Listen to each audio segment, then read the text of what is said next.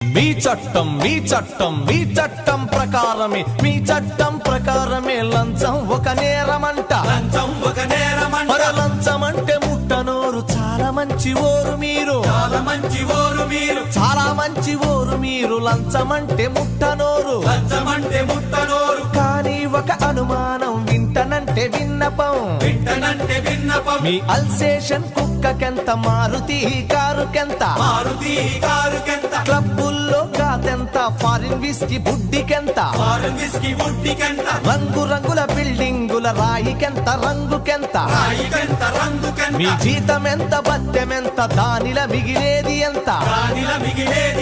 లంచం మింగని దొరో లక్షలెట్ల వచ్చినాయి పోలీస్ దొరో మా ప్రశ్నకు జవాబు